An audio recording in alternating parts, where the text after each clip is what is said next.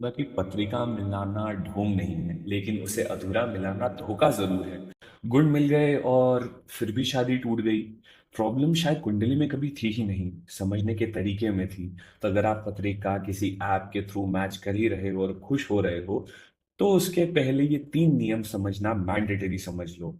पहला, सिर्फ गुण नहीं, ग्रह भी देखो। गुण मिलने का मतलब ये नहीं कि प्लैनेट्स एक दूसरे को सपोर्ट कर रहे हैं। इतनी बेवकूफी भरी बातें मत किया कीजिए।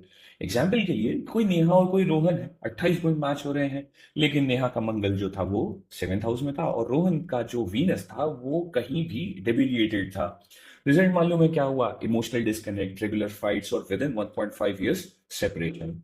ग्रह कंपैटिबिलिटी हमेशा ज्यादा वजन रखती है गुण के नंबर्स मिलाने से।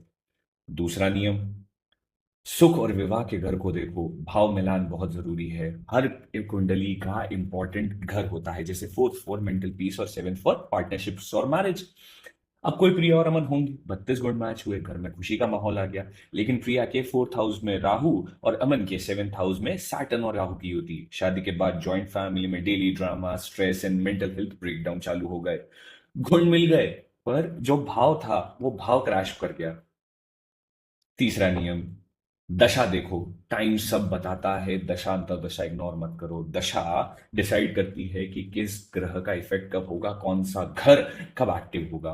कोई अंकित और श्रुति होंगे, 34 गुण मिल गए, इवन अ ग्रैंड वेडिंग। शादी के 3 महीने बाद केतु की महादशा चालू हो गई अंकित की। जॉब लॉस, डिटैचमेंट और फाइट्स। लोग बोलने लग गए श्राप लग गया। श्राप नहीं लगा सर, समय लग गया था। पत्रिका को कैलकुलेटर समझने की गलती मत करो, ये कॉस्मिक कॉन्ट्रैक्ट है। और शायद इसका हर क्लॉज समझना बहुत ज्यादा जरूरी है। शादी एक कनेक्शन है और कुंडली उसका मैप।